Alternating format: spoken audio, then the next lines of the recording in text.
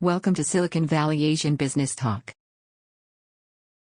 Hello, everyone. This is Roger Chen from Center for Business Studies and Innovation in Asia Pacific, University of San Francisco. Vera, I want to welcome you to our interview program. And would you please briefly introduce yourself? Thank you, Roger. It's a real pleasure to join you on this podcast. My name is Veera. I'm from Sustainable Living Lab.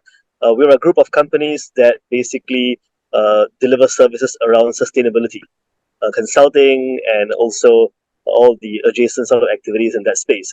We've been around as a business for 14 years. We started out headquartered in Singapore. Today, we have offices in Indonesia, India, and the US, and we operate in about 30 countries. We have a staff strength of about 80 people delivering services in this space. Social entrepreneurship can be viable business. There are still misperceptions or even bias toward social entrepreneurship. But I think you are doing a fantastic job in combining or marrying social entrepreneurship with real business. So could you kind of elaborate your journey, your wisdom, and also your advice of, or maybe even lessons of pursuing social entrepreneurship, but still a viable business? Sure. So the way I'll put it is that a lot of people will typically, preface this question, especially students, right?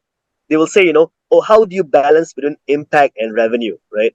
Yeah. That's a very typical mindset. Yeah, very typical question, right? But I would say you don't, right?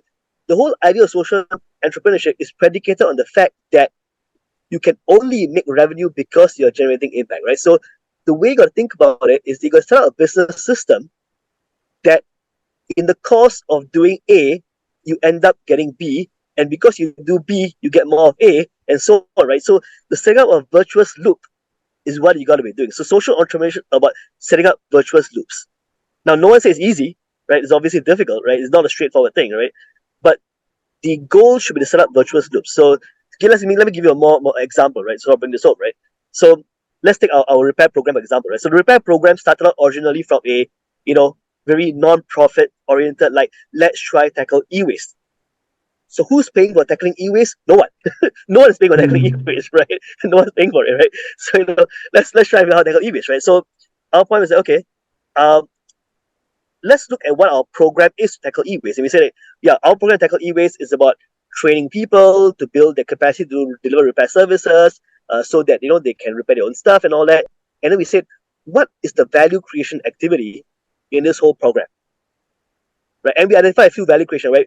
There's a value creation in terms of generating the DIY culture. There's value creation in skills development. There's value creation in the social integration of elderly individuals. There's value creation in of course in helping the waste management ministry, right? The Ministry of Environment in Singapore to basically meet their KPIs and their targets and their goals to reduce the amount of waste in our landfill, right? So we take these value propositions or this value creation and said, can we get people to pay us for it?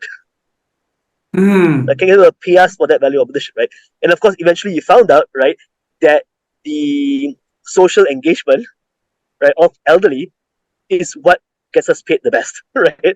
So we kind of zoomed in and doubled down on that and say, you know what, as we do this repair stuff, which is primarily, at least from our standpoint, to tackle the e-waste problem, because it solves another issue which someone's willing to pay for, right? That virtuous loop is what the business is about. By the way, actually, it's a quick question. For this is a repair program which attracts a lot of senior male people. Who pays for that?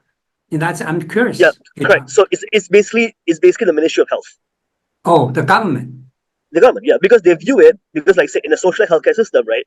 They view it as a effort to also a preventive health sort of mechanism. Like, you want to do preventive health, right?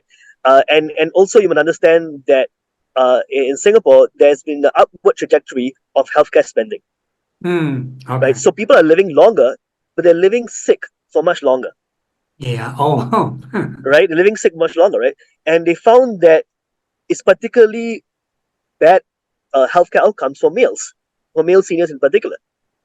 Right? So what we do addresses a national need. addresses a national problem, which costs taxpayers real money, right? What they pay us is a fraction of the amount of money that they will save, right? Yeah, In the long run, right? So to them, it's like, it's a very obvious sort of value proposition for them. And for us, we get to do what we want to do in the e-waste space, right? But we also get to contribute to what's an important problem, right? And we generate real value and we get paid for it, right? So I think being able to set up that virtuous loop is what being a social entrepreneur is about, right? And like I said, it's not easy, right? To set these things up, but our goal should always be to try and create those virtuous loops.